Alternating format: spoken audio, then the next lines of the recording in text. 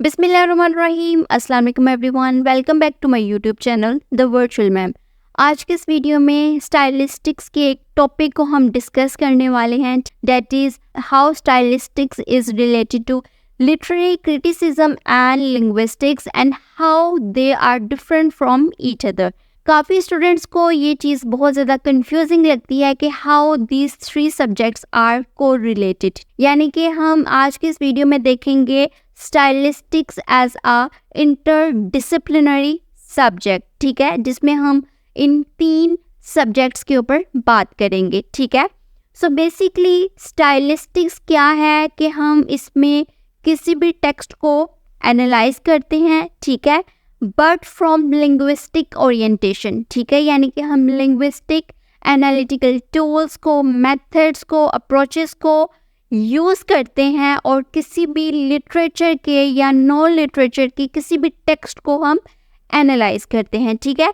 सो यहाँ पे मैं लिटरेरी क्रिटिसिज्म डिस्कस कर रही हूँ, सो मैं लिटरेचर के ऊपर बात करूँगी, ठीक है।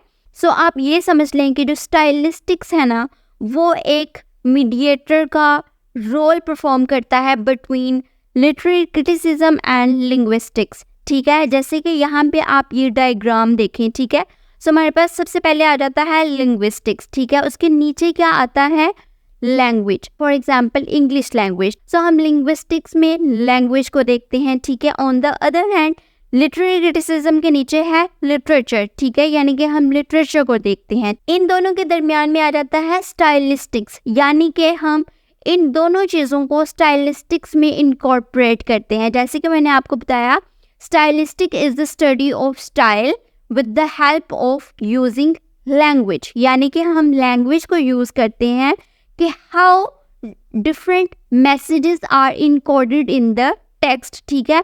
यानी कि जैसे कि लिटरेरी क्रिटिसिज्म में क्या होता है कि कोई भी क्रिटिक होता है, ठीक है, वो किसी भी टेक्स्ट को एनालाइज करता है, ठीक है, उसमें ऑब्वियसली वो लैंग्वेज को देखता है, बट उसका प्राइम पर्पस क्या होता है कि मैसेज क्या है, ठीक है, टेक्स्ट के अंदर मैसेज क्या है, वो उस मैसेज को डिकोड करता है, ठीक है, और उसको हमारे रीडर के सामने प्रेजेंट करता है, ठीक है। उसने लैंग्वेज तो नो डाउट उसने उसको देखा, but his prime objective was message. On the other hand linguistic में क्या होता है कि जो लिंग्विस्टिक होता है वो कंसर्न्ड होता है mainly with the language, that how language is used in a text, ठीक है।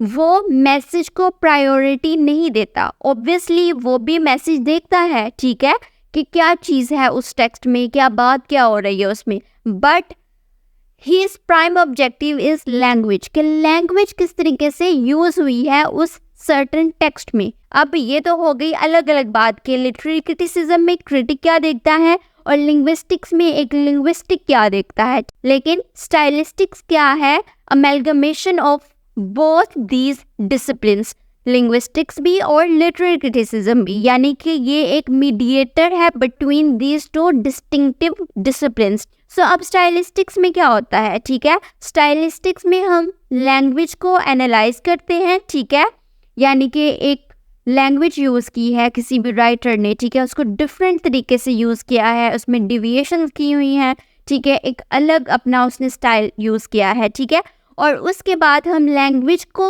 एनालाइज करेंगे और देन हम देखेंगे कि क्या अफेक्ट उसमें प्रोड्यूस हो रहा था, यानी कि हम मैसेज और लैंग्वेज इन दोनों को साथ लेकर चलेंगे, ठीक है।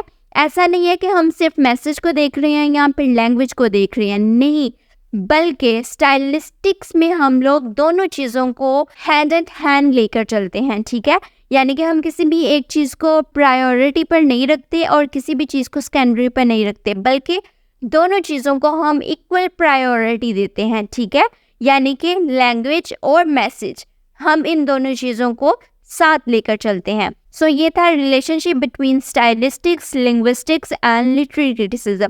मुझे उम्मीद है कि आप लोगों को इसकी समझ आ गई होगी। इंशाल्लाह हम लोग बहुत जल्द मिलेंगे अपनी नेक्स्ट वीडियो में, तब तक के लिए अल्लाह हाफिज़।